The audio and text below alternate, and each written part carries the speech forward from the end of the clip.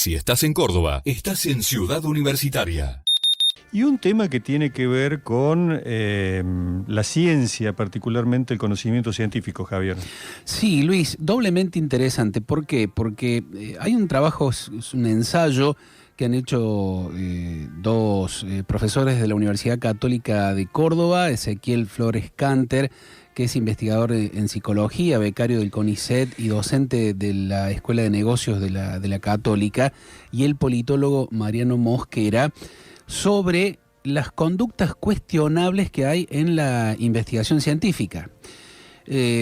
Claro, cuando un científico encara una investigación y necesita una muestra, por ejemplo, tiene diversos caminos para buscar los datos. Y a veces el camino que se busca no es el ideal o el mejor indicado.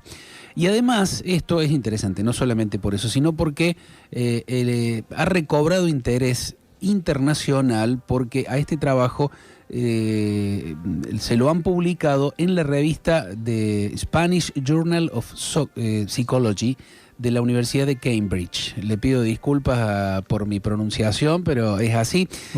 Vamos a saludar a Ezequiel Flores Canter, uno de los autores de este trabajo, investigador en psicología, becario del CONICET, docente de la Universidad Católica de Córdoba. Ezequiel, un gusto escucharte. ¿Cómo estás? Hola, ¿qué tal? Buenos días, un gusto. Bueno, más o menos la presentación va por ahí, ¿no? Sí, la verdad que lo resumiste súper bien y tu pronunciación es mucho mejor que la mía, así que vamos a dejar eso ahí. Sí, como bien mencionabas vos, el artículo trata sobre ese tema general de las conductas en investigación y particularmente sobre las conductas cuestionables en investigación. Es un tema sumamente interesante que se ha empezado a dar énfasis en la última década, porque se ha empezado a poner foco en los resultados de la investigación y en los avances que van logrando la investigación científica, particularmente en el ámbito de la ciencia del comportamiento y la psicología, ¿no? Y vos resumiste bien, el tema está en que muchas veces como investigadores tenemos múltiples caminos, toma de decisiones por hacer, y muchas veces, como bien dijiste, no son las decisiones óptimas, pero el problema no solo está ahí y en qué nos centramos nosotros, que el problema, y en eso es cuando hablamos de conductas cuestionables en investigación, el problema se da cuando se presentan dos condiciones, ¿no? Que primero el investigador o la investigadora toma aquellos caminos, selecciona las opciones que más les conviene según sus necesidades, o selecciona aquellas alternativas metodológicas que los llevan al resultado que a priori le interesa encontrar. Pero también se tiene que presentar esta segunda condición, que es no transparentar adecuadamente esa toma de decisiones. Entonces el investigador o la investigadora lo que hace es construir un relato en el reporte en donde se oculta el verdadero proceder que siguió el investigador o la investigadora. Y ahí es cuando hablamos de conductas cuestionables en investigación. ¿Eso hace foco en el investigador o también tiene en cuenta la metodología que se utiliza en la investigación científica, atendiendo a que generalmente en las ciencias sociales, en las ciencias humanas, por allí las metodologías son abiertas, tienen que ver con lo que define un poco el investigador y no son tan cerradas como en las ciencias duras, ¿no? Sí, tal cual. Mirá, si bien en último tiempo se ha hecho más énfasis en lo que es la investigación cuantitativa, y si uno busca este tipo de literatura seguramente lo va a ver más asociado a eso. De hecho, los términos que se usan son más alineados a lo que sería la investigación cuantitativa. Por ejemplo, se usa el término p-hacking, que tiene que ver con la significación estadística, o hacking, que tiene que ver con la generación de hipótesis luego de que se conocen los resultados. Eso no investigación cualitativa, pero sin embargo, en el área de la investigación cualitativa estos son temas que se vienen abordando mucho antes, porque fíjate vos que en realidad cobra mucho más sentido el transparentar el proceso, porque como estamos hablando de procesos abiertos, de toma de decisiones flexibles, ahí cobra aún más peso también esto de poder transparentar el qué, el cómo y el por qué de cada decisión que se va tomando. Entonces, estas son como observaciones que que abarcan a toda la gama, digamos, de diseño de investigación, podríamos decir. ¿Sirve que el investigador haga una definición desde dónde realiza el origen de la investigación, cuál es su perspectiva, defina él su postura frente a la realidad, frente a lo que va a investigar? Sí, realmente sí. Hay que tener en cuenta que ese tipo de definiciones más de tipo, si quiere, epistemológicas o más filosóficas, no se suele hacer en el campo cuantitativo mucho, porque se supone que ahí uno se basa en una filosofía, ¿no?, de realismo, ¿no?, y de conocer de manera empírica la realidad, pero en el ámbito cualitativo sí cobra por ahí más fuerza, porque ahí hay como más o no es clara, no es explícito ya de entrada de qué postura estamos analizando los datos. De todas maneras, yo creo que es saludable hacerlo en ambos casos, ¿no? Particularmente pueden definirse estas cosas quizás como conflictos de intereses a priori, ¿no? Que puede tener el investigador, no por su relación con una empresa en particular, sino por sus propios intereses, ¿no? De intereses. ¿Por qué digo esto? Porque uno está inserto en una cultura, en un contexto académico, por ejemplo, altamente competitivo, donde hay una necesidad imperante por publicar, ¿no? Y por encontrar resultados positivos. Ese contexto muchas veces nos lleva a este tipo de conductas cuestionables, en donde lo único que hacemos hincapié en los resultados que van a favor de nuestra hipótesis de investigación. Entonces, no solo que hay que hacer explícito por ahí, principalmente qué hipótesis tenemos a priori antes de hacer la investigación y antes de conocer los resultados, sino también nosotros estar atentos a estos sesgos que son muy comunes, ¿no?, en nosotros.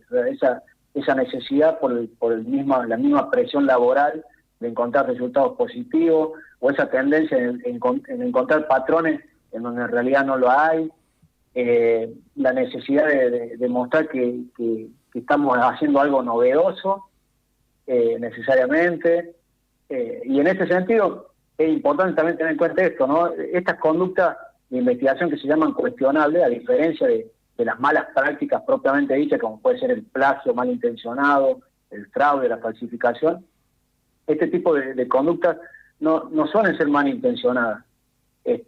No es que el investigador quiera hacer mal las cosas o la investigadora quiera hacer mal las cosas.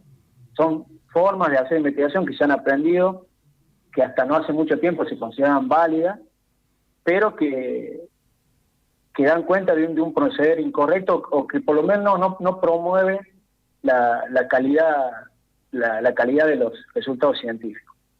Entonces, ese por ahí puede ser el punto. En nuestra profesión periodística hay un viejo chascarrillo que dice que cuando viene un jefe de redacción y te pide escribir una nota sobre Dios, la respuesta del periodista es a favor o en contra. La pregunta tiene que ver con lo que vos estás diciendo, ¿no? Por ahí, ¿cómo se puede visualizar si no hay alguna influencia de alguna empresa, algún laboratorio, algo que quiera tener tal o cual resultado de alguna investigación? ¿O cómo se detectan esas cosas? No, mira, en realidad se confía mucho en la ética del investigador, en el sentido de que cuando uno publica hay una sección específica del artículo, y cuando uno envía el manuscrito también a una revista, tiene que hacer explícito todo conflicto de interés que el investigador, lo que hablamos recién, piense que puede estar sesgando hacia un resultado dado. Lo más común es poder decir, si uno trabaja, por ejemplo, para la empresa en donde se está probando un fármaco, se puede meter en el ámbito de la psiquiatría para reducción de la depresión. Si eso lo promueve una empresa farmacológica dada, y bueno, ese es un conflicto de interés que tiene que ser explicitado en el manuscrito, porque el lector tiene que poder también saber que ahí puede haber una tendencia a mostrar que el fármaco funciona, ¿no? Porque claro. está subvencionando la empresa farmacéutica, pero sin embargo siempre uno tiene que leer, uno tiene que entender que también que la investigación científica no es algo, y los resultados científicos no son algo cerrado, ¿no? Los investigadores van haciendo lo que pueden, lo mejor que pueden, y los resultados siempre hay que leerlos como provisorios, no como datos, no como una realidad que se descubre, sino como hipótesis. Y también uno tiene que tener cuidado con esto, ¿no? Es muy probable que lo que uno esté leyendo tenga este sesgo hacia lo positivo, ¿no? Hacia la corroboración de hipótesis. Es raro, aunque esta tendencia está cambiando, encontrar artículos que digan, mira, la hipótesis que yo tenía al comienzo no cierra por ningún lado. Generalmente le encuentran la vuelta para que todo cierre y todo encuadre. Y es difícil que todas las teorías sean ciertas, ¿no? Es difícil que toda investigación llegue a buen puerto, pero bueno, así están dadas las cosas, no solamente acá en nuestra región, ¿no? Sino a nivel internacional, pero las cosas están cambiando. ¿Y cuál es la sugerencia actualmente? Es prestarle atención a estos sesgos, pero principalmente promover conductas transparentes, vinculado a lo que se llama práctica de ciencia abierta, que acá se sugiere, por ejemplo, presentar preregistro, que un preregistro es calificar de antemano cuáles son tus hipótesis, tus objetivos, o a dónde querés llegar con la investigación, previo a conocer los resultados. Lo otro que se recomienda es la publicación de reportes de acceso abierto, porque tengamos presente, por ejemplo, en este artículo que nosotros publicamos en The Spanish Journal of Psychology, es de acceso restringido. Es decir, eso también habla de la imposibilidad de acceder al reporte y a lo que nosotros estamos hablando acá. Sin embargo, publicamos un preprime, en realidad un postprime, que es una versión no editada por la revista, pero que es tal cual lo que se publicó. Eso se puede hacer y amplía el alcance de lo que uno ha encontrado en la investigación, que eso también es importante. Y otro aspecto importante en esto de práctica de ciencia abierta es el brindar acceso a los materiales de la investigación, instrumentos, base de datos, los códigos de análisis. Bien. El concepto entonces, práctica de ciencia abierta, para tenerlo en cuenta.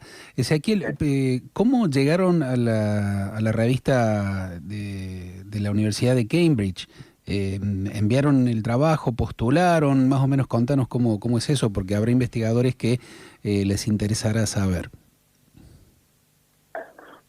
Sí, mira, en realidad cuando uno tiene un manuscrito, que en este caso con Mariano Mosquera pensamos que era relevante plantear esta idea, particular en un campo específico, lo planteamos que es la psicometría.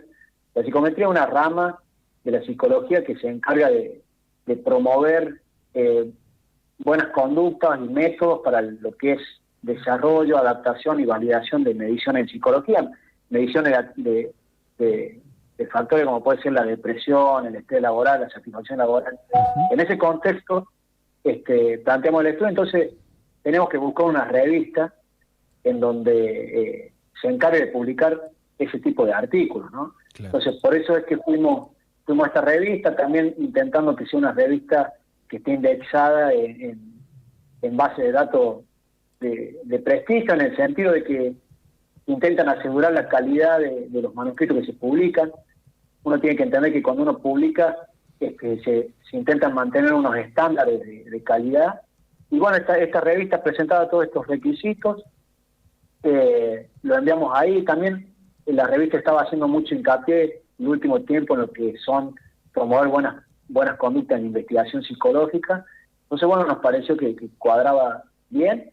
Y bueno, tuvimos esa suerte de que los revisores dieron su visto bueno, tuvimos que hacer varias modificaciones, se publicó y luego lo seleccionaron también como el manuscrito del mes, así que bueno, estamos muy contentos y muy conformes también con eso.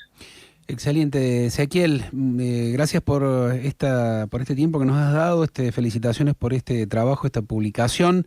Bueno, vamos a seguir en contacto, por supuesto. Ezequiel Flores Canter, investigador en psicología, becario del CONICET, docente de la Escuela de Negocios de la Universidad Católica de Córdoba. Que tengas muy buen día. Bueno, muchas gracias, un gusto. Les mando un abrazo grande. Hasta luego. Chao. Si estás en Córdoba, estás en Ciudad Universitaria.